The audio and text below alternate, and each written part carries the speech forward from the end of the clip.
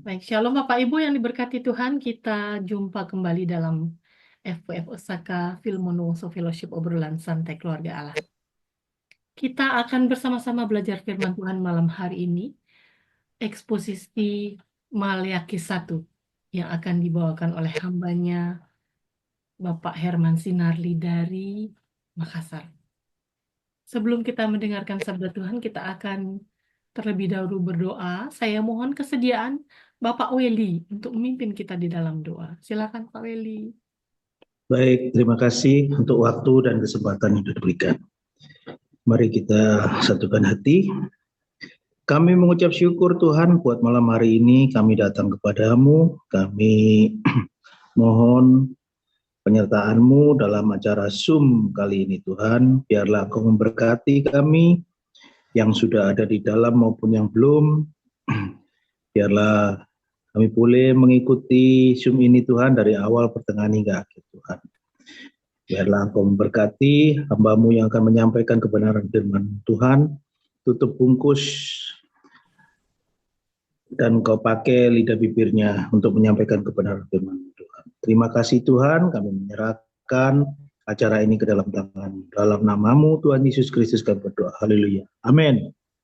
Amin. Terima kasih Pak Weli. Untuk hambanya Bapak Herman Sinarli, waktu kami serahkan. Silakan Pak Herman. Terima kasih juga sudah mau menunggu ini, teman masih mau call lagi. Aduh.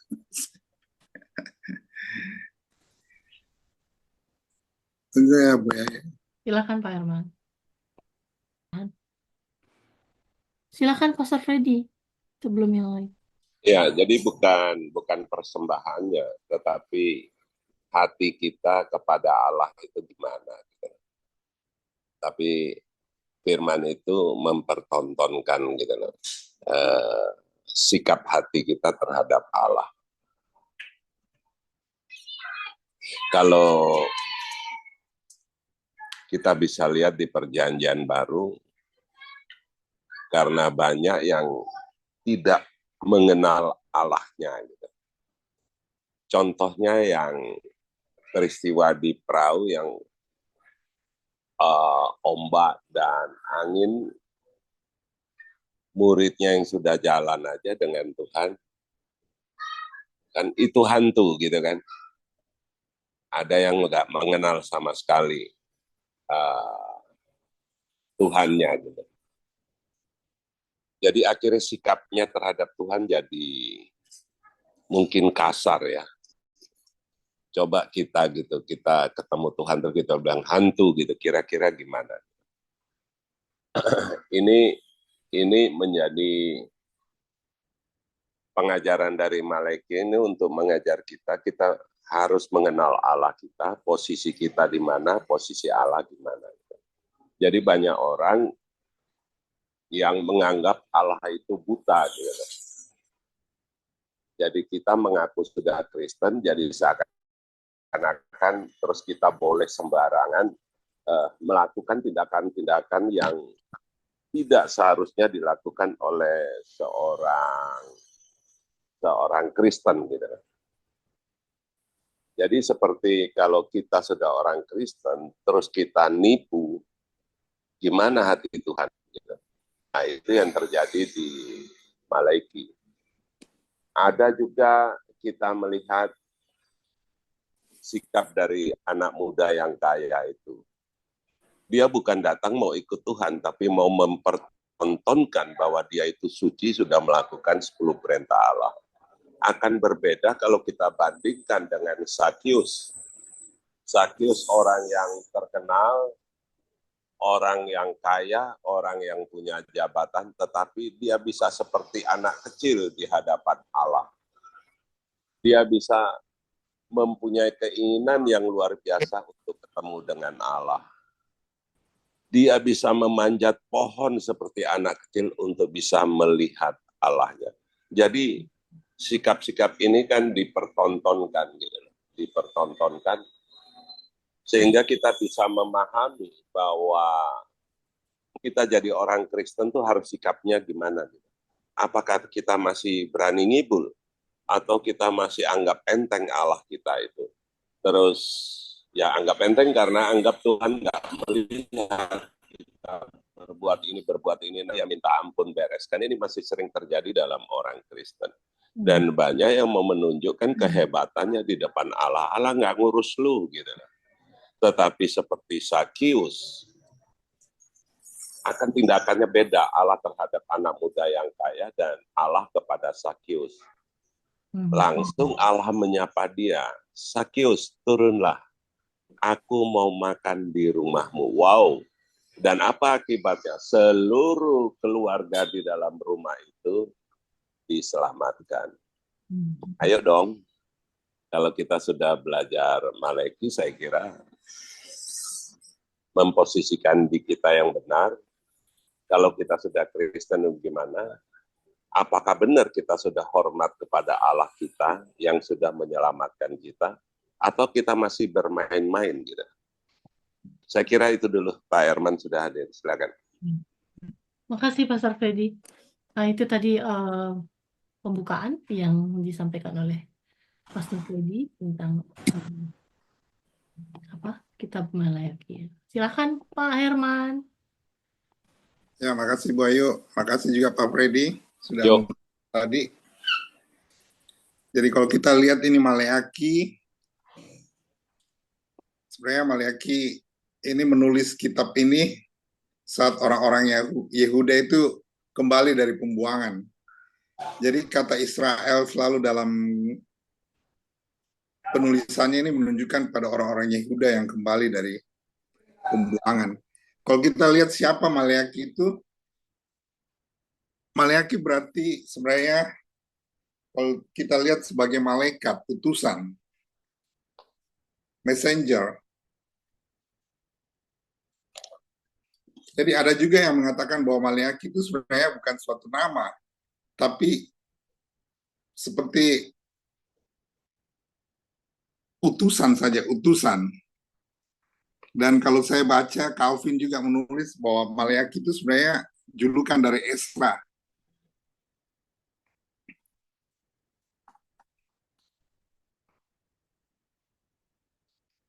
Tapi yang lain mengatakan bahwa dia adalah sebenarnya utusan, jadi merupakan gelar itu tidak bisa diterima. Jadi dia memang ada seseorang yang memiliki tokoh yang memiliki nama Maleaki gitu. Nah, kitab Maleaki ini merupakan kitab yang terakhir dari kelompok kitab-kitab kenabian. Dan khususnya seperti yang pernah disampaikan juga bahwa ini kelompok nabi-nabi kecil dan terakhir dari perjanjian lama di dalam Alkitab agama Kristen maupun dalam Alkitab Ibrani.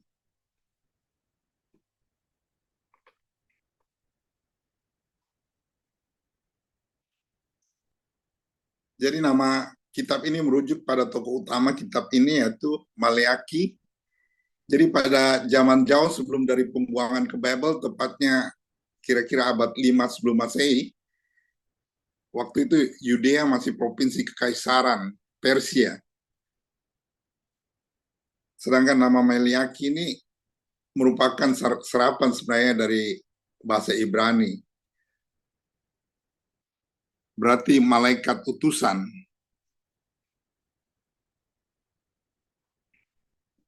Nah, bahasa yang dipakai waktu penulisannya itu bahasa Ibrani yang dipakai pada masa pembuangan. Nah, kalau kita baca jadi sebenarnya Maleaki ini peringatan sebenarnya seperti yang saya lanjutkan kata-kata Pak Freddy tadi sebagai peringatan bagi sebenarnya imam-imam. Kalau sekarang kita bilang mungkin para pendeta ya, hamba Tuhan, gembala. Jadi kalau kita lihat mulai dari ayat yang 1, ucapan ilahi, firman Tuhan pada Israel dengan perantara Maleaki. Jadi Maleaki.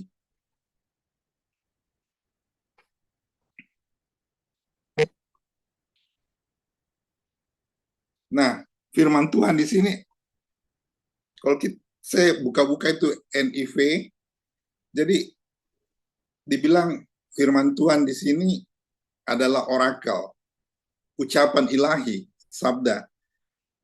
Kalau di terjemahan KJV, dia sebagai burden, beban. Jadi berarti mengangkat suatu beban, ada sesuatu yang diangkat, artinya beban. Jadi waktu Maleakhi juga ini menyampaikan ini, dia sebenarnya ada beban dalam menyampaikan ini karena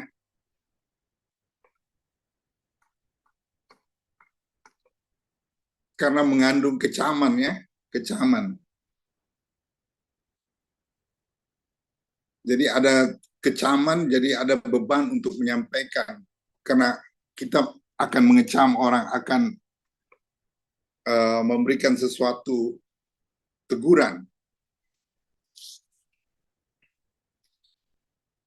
Jadi seperti juga beban ini kalau kita melayani Tuhan atau memberitakan firman Tuhan, apakah kita punya beban atas firman Tuhan itu?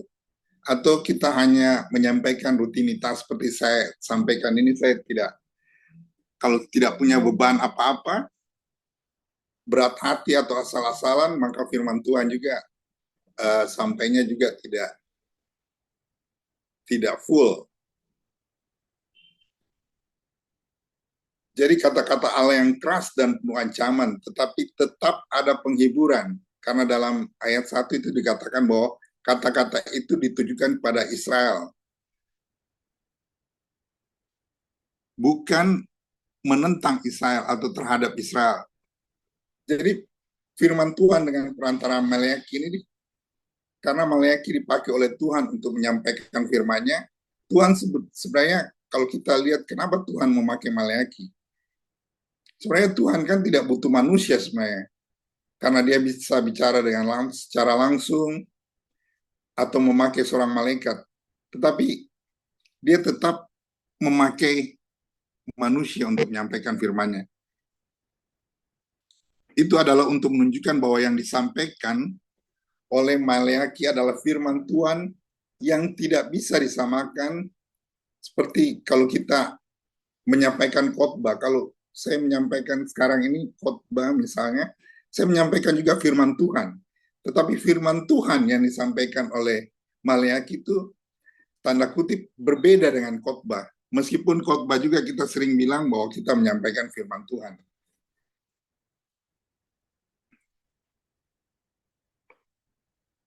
Jadi kita harus selalu membandingkannya dengan firman Tuhan atau kitab suci. Hanya kalau khotbah itu betul-betul didasarkan pada kitab suci, barulah khotbah itu bisa dianggap sebagai suatu kebenaran. Karena kadang-kadang banyak juga khotbah yang agak melenceng dari firman Tuhan, hanya untuk menyenangkan telinga orang-orang ya. Cuma kata-kata yang menyebabkan orang malah tidak menghiraukan.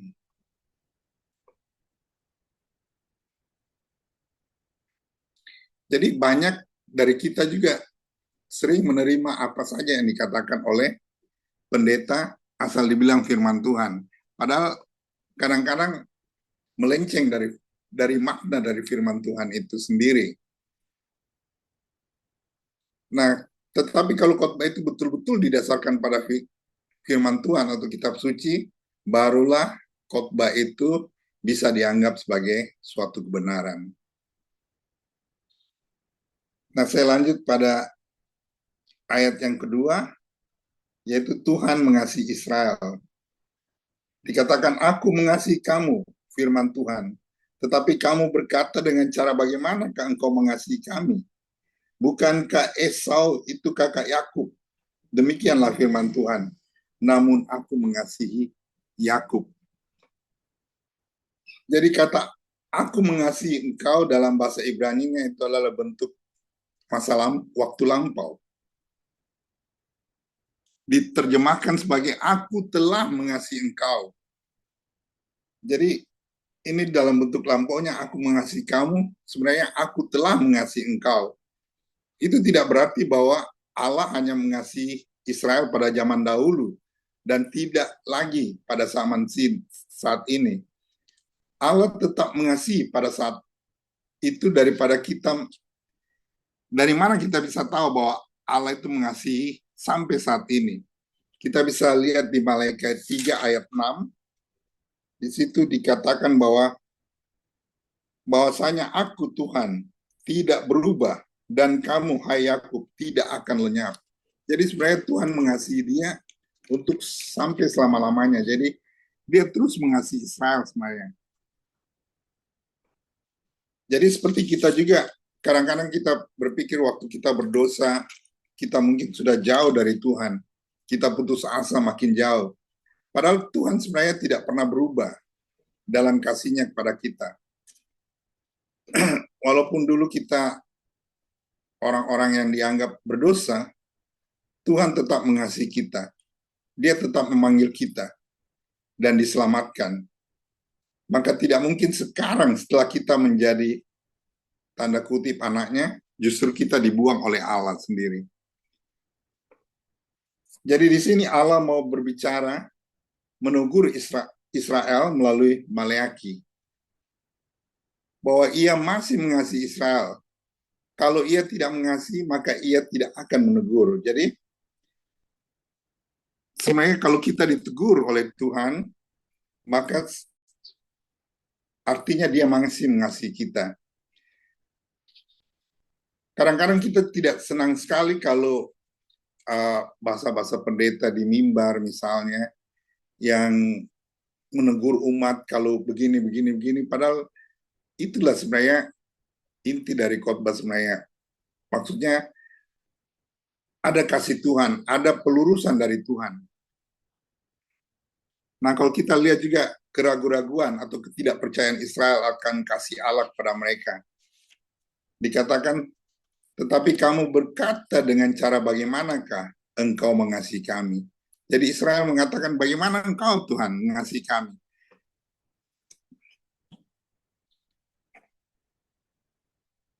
Bagaimana orang Israel yang tahu atau mengerti kitab suci tetapi masih menyaksikan kasih Allah?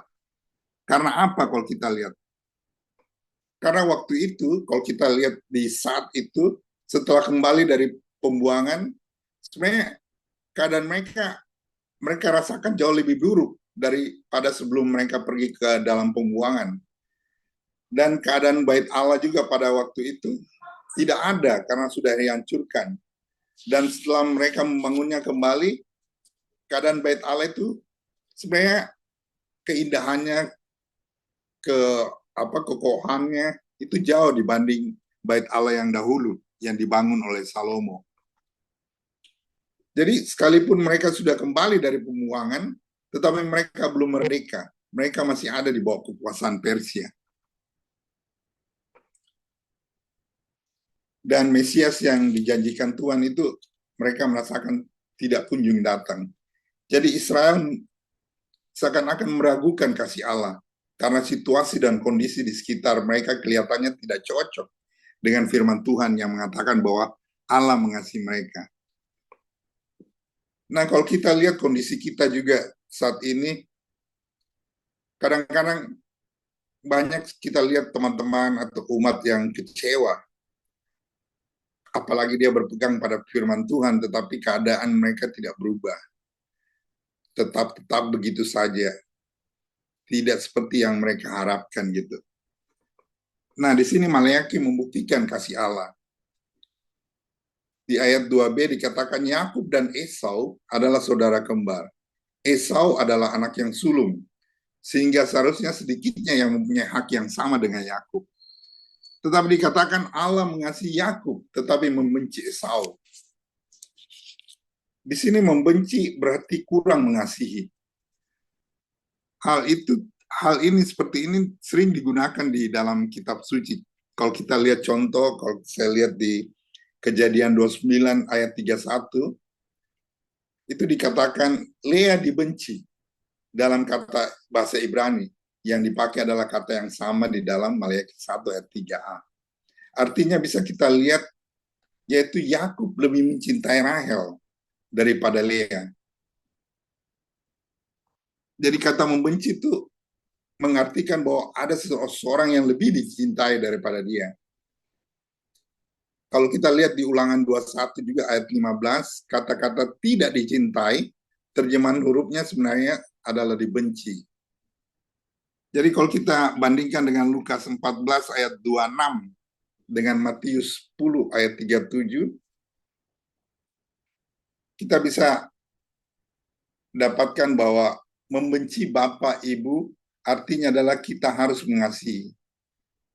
Tuhan bilang benci ayah atau ibu, sebenarnya Tuhan mau kita lebih mengasihi dia, lebih mengasihi mereka, Tuhan dibanding orang tua kita. Jadi kita lihat di sini adalah pemilihan sebenarnya.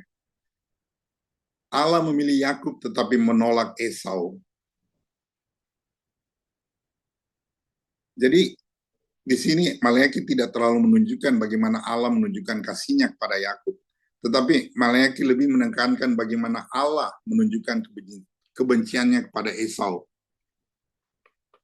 Kalau kita lihat baik Israel maupun Edom, kalau Esau itu adalah keturunan Jada Edom, sedangkan Yakub adalah Israel. Nah, mereka berdua ini dikalahkan oleh Nebukadnezar. Tetapi Israel bisa kembali dan Edom tidak bisa kembali lagi. Karena apa? Kalau kita lihat di ayat 4a disebutkan, apabila Edom berkata kami telah hancur tetapi kami akan membangun kembali reruntuhan itu. Tetapi Tuhan berkata itu tidak mungkin terjadi. Tuhan akan merobohkan apa yang kau bangun. Nah, memang sejarah menunjukkan bahwa Edom dikalahkan, dihancurkan oleh Persia. Dan mereka tidak pernah bangkit lagi, sedangkan orang Israel bisa bangkit dan kembali membangun lagi. Dan sampai hari ini, orang Israel itu ada, tetap ada. Kalau kita lihat di ayat 3, dikatakan tetapi membenci Esau, sebab itu aku membuat pegunungannya menjadi sunyi sepi, dan tanah pusakanya kujadikan padang gurun. Jadi ayat 3 ini menunjukkan kejatuhan Edom, tidak terjadi dan tidak dilihat oleh Israel. Jadi Edom tidak, usaha Edom untuk bangkit kembali akan terjadi.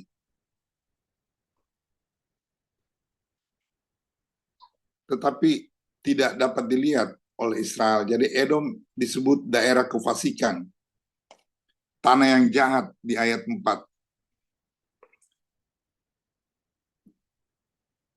Apabila Edom berkata kami telah hancur tetapi kami akan membangun kembali reruntuhan itu, maka beginilah firman Tuhan semesta alam. Mereka boleh membangun tetapi aku akan merobohkannya. Dan orang yang akan menyebut daerah kefasikan dan bangsa kepadanya Tuhan murka sampai selama-lamanya. Jadi tanah Edom itu dibilang tanah kefasikan di mana Tuhan murka selama-lamanya. Sedangkan kontras sekali dengan Israel yang dibilang Holy Land, tanah kudus bagi Kanaan. Jadi disitulah kita lihat bagaimana kata-kata Tuhan bahwa aku mengasihi Yakub dan membenci Esau. Kepada Israel, Tuhan juga murka, tetapi sifatnya sementara. Sedangkan pada Edom, ia murka selama-lamanya. Ini kontras dengan sikap Allah kepada orang pilihan dan pada orang yang tidak dipilih. Kalau kita lihat pada ayat 5 bahwa matamu akan melihat dan kamu sendiri akan berkata, Tuhan Maha Besar sampai di luar daerah Israel. Jadi ayat 5 ini menunjukkan kasih Allah kepada Edom juga. Bahwa Tuhan Maha Besar sampai di luar daerah Israel. Berarti apakah itu termasuk Edom juga? Sebenarnya tidak. Karena Maha Besar Tuhan bahkan sampai melampaui perbatasan Israel. Tetapi bahasa Ibraninya bisa berarti above atau over, di atas. Jadi arti kalimat ini sebenarnya Tuhan Maha Besar atas daerah Israel. Bukan di luar daerah Israel, tapi Tuhan Maha Besar itu atas daerah Israel. Jadi ayat 5 ini menunjukkan kasih Allah kepada Israel, bukan kepada Edom. yang non-Israel.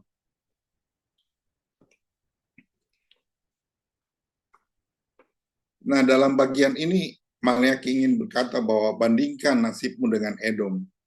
Nasibmu itu, ini kata-kata Maleaki kepada Israel, nasibmu itu masih jauh lebih baik dari nasib mereka. Jadi itu membuktikan bahwa Allah masih mengasihi kamu. Hal yang penting kita bisa pelajari juga dalam menghadapi gereja sebenarnya yang rusak atau yang bejat. Yang pertama diberitakan adalah kasih Allah.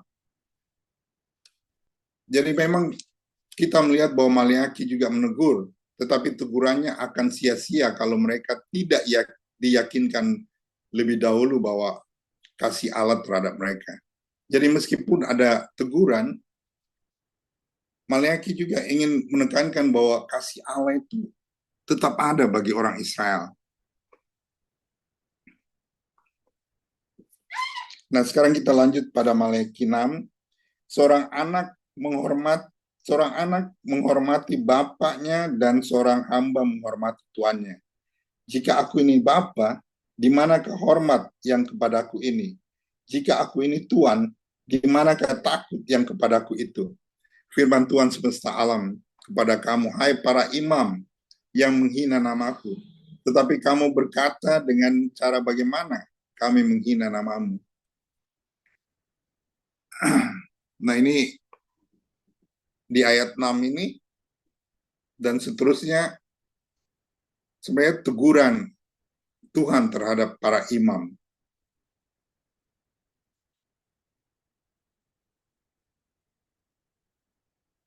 Jadi ada teguran-teguran keras pada para imam. Jadi Tuhan memang itu maha kasih, tetapi dia juga maha suci, sehingga sangat membenci dosa. Dan Tuhan yang maha kasih itu juga maha adil, sehingga pasti akan menghukum semua orang berdosa dan tidak bertobat. Jadi supaya kita juga para jemaat sadar akan kesucian dan keadilan Allah, maka hamba Tuhan wajib memberikan teguran-teguran Allah itu pada para umatnya. Jadi dari kata-kata hai para imam dalam Maleaki 1 ayat 6, dan kalau kita lihat Maleaki 2 ayat 1 juga, maka sekarang kepada kamu lah tertuju perintah ini, hai para imam. Jadi sebenarnya perintah ini memang buat para imam ini. Jadi hal ini ditunjukkan bagaimana waktu zaman setelah pembuangan itu mereka kembali, kerohanian umat Israel itu sangat bejat. Nah, kalau imamnya saja bejat, bagaimana dengan jemaatnya? Jadi kita lihat kalau kemarin saya ada membaca di Esra dan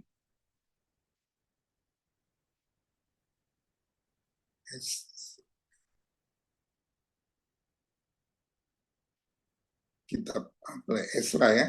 Setelah Esra, nah itu bagaimana mereka membangun tembok itu, tetapi ada yang mengatakan bahwa banyak para pemimpin yang kawin dengan orang-orang asing dan membawa ke dalam orang asing sehingga rakyat juga kawin campur begitu. Sehingga Esra itu sangat kecewa dan membuat mereka harus bertobat dulu untuk melanjutkan pembangunan. Jadi mereka pemimpinnya itu brengsek semua, maka mereka pun umatnya itu menjadi brengsek. Jadi kalau kita lihat di zaman perjanjian baru juga, orang percaya itu diberi Roh Kudus yang memimpin dia. Tetapi pengaruh pemimpin rohani itu sangat besar terhadap kehidupan jemaat secara rohani. Karena dialah yang mengajarkan firman Tuhan pada jemaat. Dan mau tidak mau pengalaman rohaninya akan mempengaruhi pengajarannya. Ada orang yang berkata bahwa seorang pendeta tidak bisa membawa jemaatnya ke tingkat rohani yang lebih tinggi dari dirinya sendiri. Jadi kalau pendetanya rohaninya kurang baik, maka jemaatnya pasti juga akan menjadi kurang baik. Karena itu dikatakan jangan berpendapat bahwa pergi ke gereja yang meskipun pendetanya tidak baik, biasa saya dengar, tapi firman yang dia sampaikan itu baik, kita tidak apa-apa. Toh kita berbakti pada Tuhan, bukan kepada manusia. Memang kita berbakti pada Tuhan, tetapi kita juga memerlukan pertumbuhan rohani yang baik untuk bisa tetap mengikuti Tuhan dengan setia. Dan ini tidak bisa kita dapatkan kalau pemimpin rohani kita itu rohaninya dangkal. Nah, sehingga membuat Maleakhi ini dia berani menegur mereka. Kalau kita lihat di ayat 7, dikatakan bahwa kamu membawa roti cemar ke atas mezbahku, tetapi berkata dengan cara bagaimanakah kami mencemarkannya? Dengan cara menyangka meja Tuhan itu boleh dihinakan.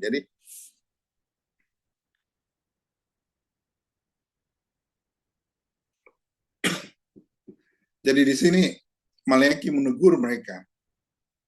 Maleakhi yakin akan otoritas yang diberikan Tuhan kepadanya, dan dia juga yakin akan kesalahan dari imam-imam itu, karena itulah ia berani menegur imam. Jadi seperti kita juga pada saat ini, kalau kita punya imam atau orang yang kita anggap lebih tinggi dari kita tapi dia berbuat salah, kita juga pantas menegur dia dengan baik. Karena kalau imam-imam tidak dibereskan, maka dengan sendirinya umatnya juga akan tidak beres. Jadi kalau kita mau melakukan sesuatu yang baik, apakah kepada pendeta kita, majelis kita, atau guru sekolah minggu kita, pengurus apapun, kita harus mengajak mereka berdiskusi tentang hal-hal yang rohani. Jadi di sini dikatakan persembahan yang salah. Kata roti dalam ayat 7 ini mungkin mewakili semua persembahan yang bisa dimakan. Di sini dikatakan roti cemar, yang jelas menunjukkan persembahan yang salah.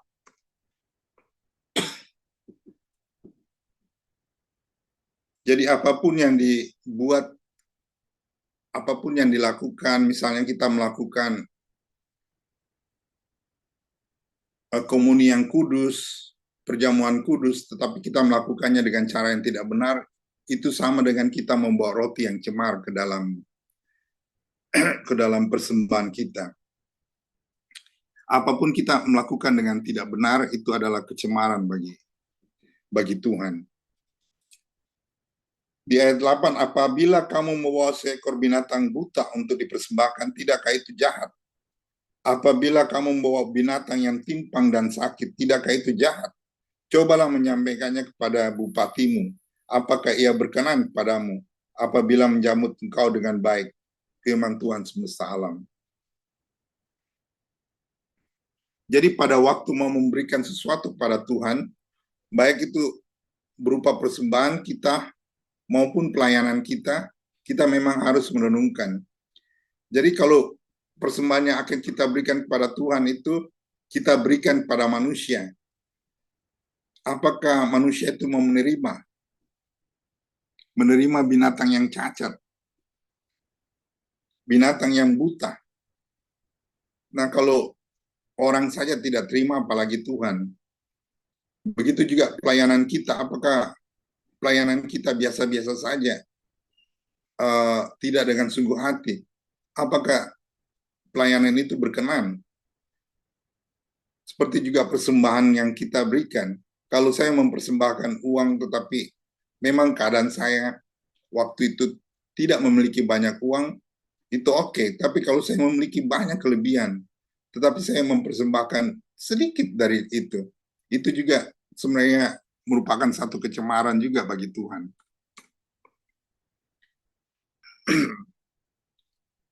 Ayat 9, maka sekarang cobalah melunakkan hati Allah, supaya ia mengasihi kita. Oleh tangan kamulah terjadi hal itu. Masakan ia akan menyambut salah seorang daripadamu dengan baik? firman Tuhan semesta alam. Jadi kalau kita terjemahkan kembali ayat 9 ini dalam bahasa Inggrisnya, and now entreat God's face that the may favor us, by your hand has this been done, will he on your account lift up the face. Dan sekarang mintalah dengan sangat pada wajah Tuhan, wajah Allah, agar ia berkenan kepada kita. Oleh tanganmu lah hal itu telah terjadi. Apakah demi engkau ia mau mengangkat wajah? Jadi kata-kata oleh tanganmu lah hal itu telah terjadi, dia menafsirkan ada dua persembahan binatang cacat. Dengan persembahan itu seperti persembahan itu dari tanganmu, itu menunjukkan pada tugas dan fungsi pelayanan imam-imam, yaitu memperdamaikan manusia dengan Allah, atau menjadi perantara antara Allah dan manusia. Jadi binatang yang cacat ini bisa juga diartikan bahwa kadang-kadang umat yang membawa persembahan kepada para hamba Tuhan untuk dipersembahkan lagi kepada Allah. Nah, kalau persembahan itu cacat, hamba Tuhan jangan terima, harus langsung tolak. Karena itu tidak akan mendamaikan dia dengan Tuhan. Tuhan tidak mau yang cemar.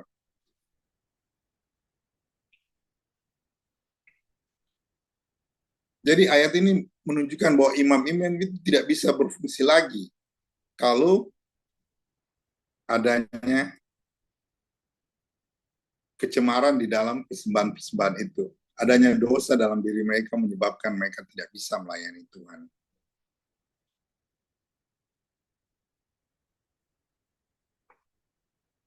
Jadi dikatakan, bukankah tugasmu adalah mendamaikan Allah dengan manusia? Sekarang dengan adanya sikap tidak hormat pada Allah dari dalam dirimu, cobalah lakukan tugasmu itu. Kamu tidak mungkin bisa melakukan tugasmu itu. Jadi kalau ada kecemaran di dalam kita, dan juga kita harus menegur juga. Jadi hamba-hamba Tuhan harus menegur juga umat yang membawa persembahan yang tidak berkenan di hadapan Allah.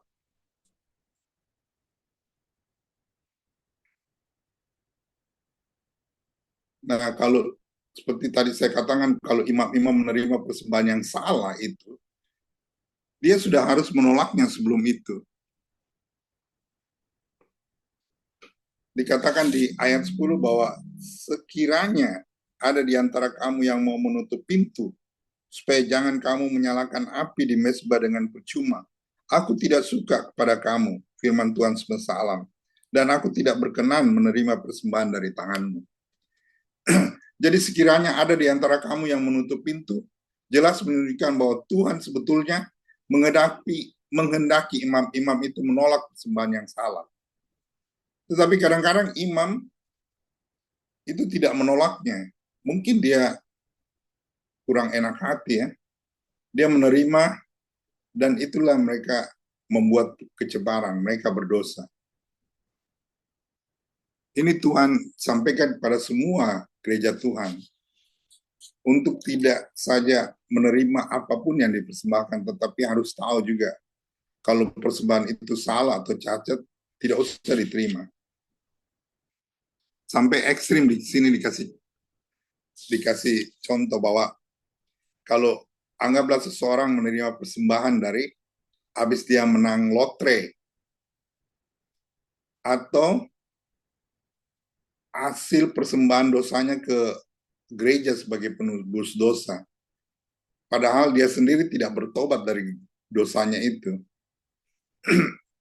Nah, gereja sebenarnya harus menolak ini kalau dia tahu ya. Kadang-kadang kan tidak tahu juga ini dana ini didapat dari mana. Nah, bagaimana kalau ada orang kaya yang mau mempersembahkan jumlah besar? Ada juga yang begini, tapi dengan syarat namanya diumumkan sebagai pemberi persembahan tersebut. Kalau di gereja saya kadang-kadang ini terjadi, misalnya ada satu acara mau dibuatlah sebuah buku. Nah, siapa yang mau namanya atau foto usahanya di halaman paling depan, itu ada biayanya. Nah, banyak orang yang punya uang ya dia menyumbang itu dengan harapan namanya juga ada di dalam di depan itu. Dan memang juga gereja yang membuka jalan untuk itu. Jadi seakan-akan persembahan, tetapi dengan imbal jasa itu dia mendapat ama atas persembahannya. Nah, Tuhan juga sebenarnya tidak terlalu berkenan yang begini.